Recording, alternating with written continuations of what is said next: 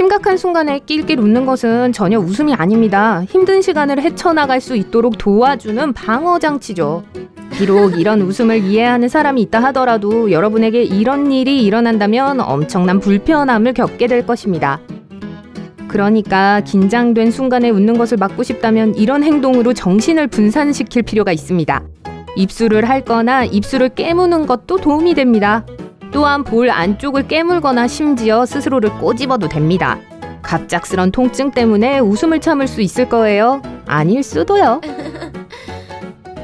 반복적인 행동을 하는 것도 방법입니다. 가장 중요한 건 주의를 분산시킬 수 있는 무언가를 찾는 것입니다.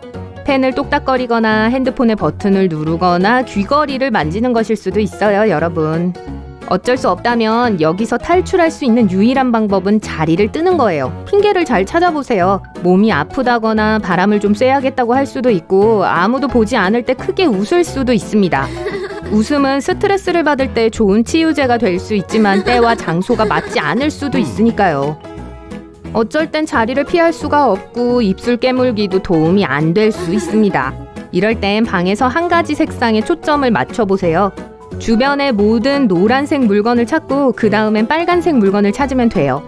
이런 작은 목표라도 감정을 잊을 수 있을 겁니다. 가장 좋아하는 노래를 머릿속으로 부르거나 1부터 20까지 세거나 언젠가 TV에서 본 이상한 광고를 따라해볼 수도 있어요. 다시 말하지만 이 모든 건 관심을 다른 어딘가로 돌리기 위함입니다. 우리는 스스로를 불안하게 하는 것에 대해 생각을 멈추면 1분도 되지 않아 진정할 수 있습니다. 파티에 들어서면 모든 사람들의 시선이 여러분에게 쏠릴 가능성이 있습니다. 여러분도 세상에 열려있다는 것을 보여주기 위해 눈을 크게 뜨고 계세요. 웃을 때는 입을 약간 벌리세요. 너무 크게 미소를 짓는다면 어떤 사람들은 약간 꾸며낸 웃음이라고 생각할지도 몰라요. 인사를 나눠볼까요? 약한 악수는 꽤 불쾌함을 줄 수 있다는 것 기억하세요? 악수는 첫인상이라고요. 만약 악수가 강하다면 사람들은 즉시 여러분이 외향적이고 사교적인 사람이라고 생각할 거예요.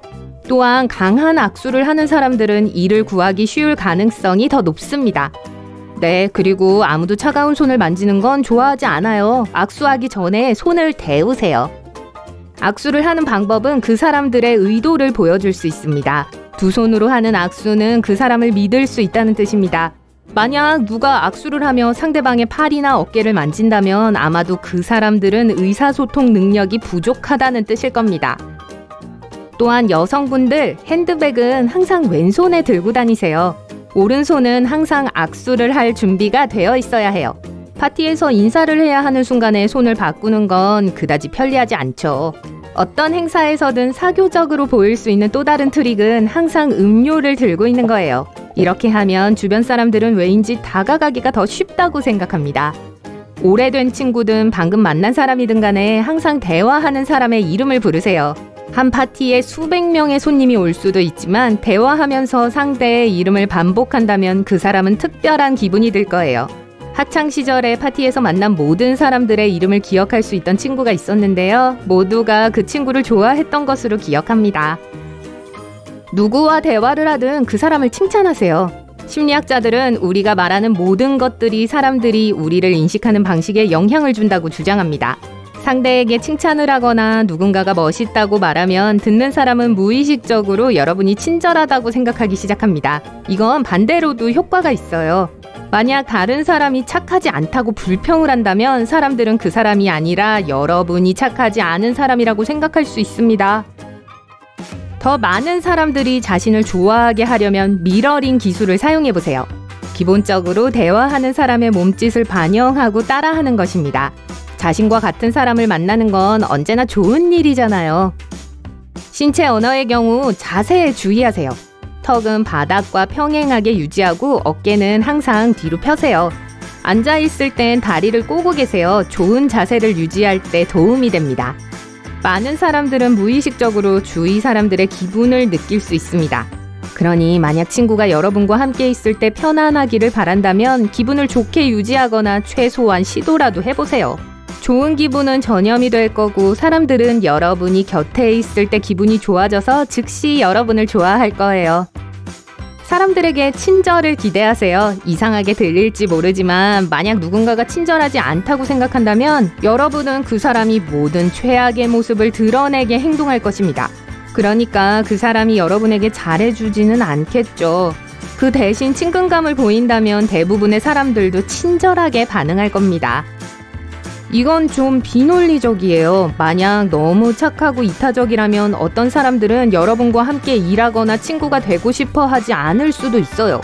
이상하게 들리지만 문제는 사심없어 보이는 사람이 다른 사람들을 더 나빠 보이게 할 수도 있다는 거죠. 어떤 사람들은 그저 이타적인 사람의 성실함을 믿지 않습니다. 네, 아무도 완벽 남녀를 별로 좋아하지 않습니다. 존재하기는 할까요? 그러니까 팁은 때때로 자신이 얼마나 완벽하지 않은지를 보여주라는 거예요. 심리학자들은 사람들이 실제로 가끔 실수하는 사람을 좋아하는 경향이 있다고 합니다. 정말이에요. 사람들을 계속 만지는 건 좋은 생각이 아니지만 미묘한 손길은 대화할 때 상대가 여러분에 대한 좋은 감정을 갖게 만들 수 있습니다. 등을 살짝 두드리거나 팔을 만지기만 하세요. 너무 가지는 말고요. 한 실험에서는 이 기술을 사용한 웨이트리스가 대가로 더 많은 팁을 받았다는 사실을 보여주었어요. 꿀팁이죠? 자신을 좋아하는 사람을 더 많이 만들고 싶다면 비밀을 이야기해보세요. 단 자신에게 불리하게 사용될 수도 있는 개인적인 비밀이어야 합니다. 양쪽에서 효과가 있지만 서로의 입에서 비밀이 새나가지 않게 조심하세요. 믿음은 충성심과 정직만큼이나 중요합니다.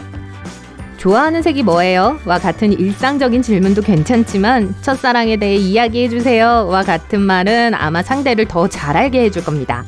그나저나 이런 질문을 할 땐 신중하고 상대의 기분을 상하게 하지 않을 거라고 확신할 때만 질문을 던지세요. 우리는 인터넷에서의 행동을 보고 다른 사람에 대한 전반적인 인상을 형성합니다.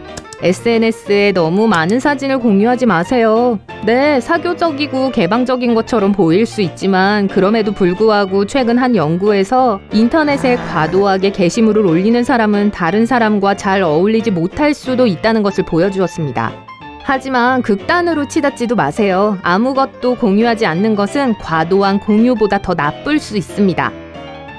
친구 목록에 사람이 너무 많거나 적으면 의심스러워 보입니다. 또 다른 연구에서는 호감을 위한 완벽한 수는 약 300명이라고 밝혔습니다.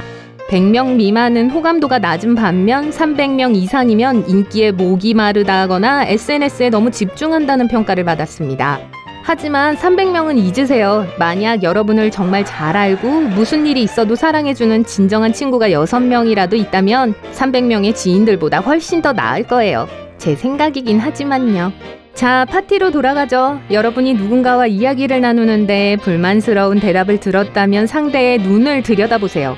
이렇게 하면 다수의 사람은 뭔가 잘못되었다고 느끼기 시작하고 마음이 바뀌게 될지도 몰라요. 아니요, 낯선 사람에게 차를 선물해달라고 해도 소용이 없을 거예요. 무슨 생각인 거예요? 뜨거운 토론을 하는데 상대가 동의하지 않는다면 더 빨리 말하기 시작해보세요. 이렇게 하면 상대는 모든 말을 처리할 충분한 시간이 없을 거예요. 그러면서 한 번 더 생각해보고 자신의 생각을 재고해볼 수 있겠죠. 이건 반대의 경우에도 효과적입니다. 만약 다른 사람이 여러분의 의견에 동의한다면 그들이 말을 제대로 판단할 수 있도록 더 천천히 말하기 시작하세요. 다시 말하지만 빠르게 말한다고 해서 낯선 사람이 자동차를 공짜로 주진 않을 거예요. 차 얘기는 그만하죠. 정말 원하는 것을 가지려면 사람들에게 도움을 청하는 방식이 중요합니다. 사람들은 자신이 중요하다고 느끼는 것을 좋아하기 때문에 네가 필요해 라는 말을 들으면 도움을 줄 확률이 더 높습니다. 어려운 선택을 해야 할 때 사람들은 자주 가위바위보를 하죠. 이때 이길 수 있는 확실한 방법이 하나 있어요. 손을 내밀기 직전에 상대에게 우리가 모두 픽셀로 되어 있다는 것 알고 있어? 같은 아무 질문을 던져보세요. 친구는 혼란스러워할 거고 가위를 낼 확률이 적어집니다. 당연하지, 친구 좋다는 게 뭐야? 는 누군가가 여러분의 행동에 대해서 고마워 라고 말할 때 대답으로 말해야 할 마법의 단어 조합입니다. 괜찮아만 빼면 무엇이든 말해도 좋습니다. 이 말은 그저 친절한 행동을 평가절하할 뿐입니다. 어떤 사람들은 다른 사람이 자신에게 베푼 친절을 잊는 경향이 있습니다. 하지만 이 말은 사람들이 여러분에게 빚진 것을 기억하게 만들 거예요. 또 다른 전형적인 대답은 천만에입니다. 요즘은 이런 말을 들어본 적도 없지만요. 신체 언어는 사람들의 마음을 읽는 것을 도와줄 수 있습니다. 누군가가 눈을 감는다면 뭔가를 숨기고 있거나 그냥 상대에게 실증이 난 것입니다. 아마 둘 다일 거예요. 입을 만진다면 그것은 의도하지 않은 말을 했기 때문일 겁니다. 아니면 감기에 걸렸거나요. 사람들이 앉는 방식도 그 사람을 설명해 줍니다. 앉아있는 동안 몸을 앞으로 숙이는 사람들은 보통 상대와 가까워지고 싶어하고 대화하는 사람에게 호감이 있습니다. 반대로 누가 뒤로 기대는 경향이 있다면 그건 그 사람이 지루해하고 있고 정말로 말하고 싶지 않다는 뜻입니다. 어느 쪽이든 상대에 대한 정보를 알 수 있겠죠? 감사 인사는 됐어요.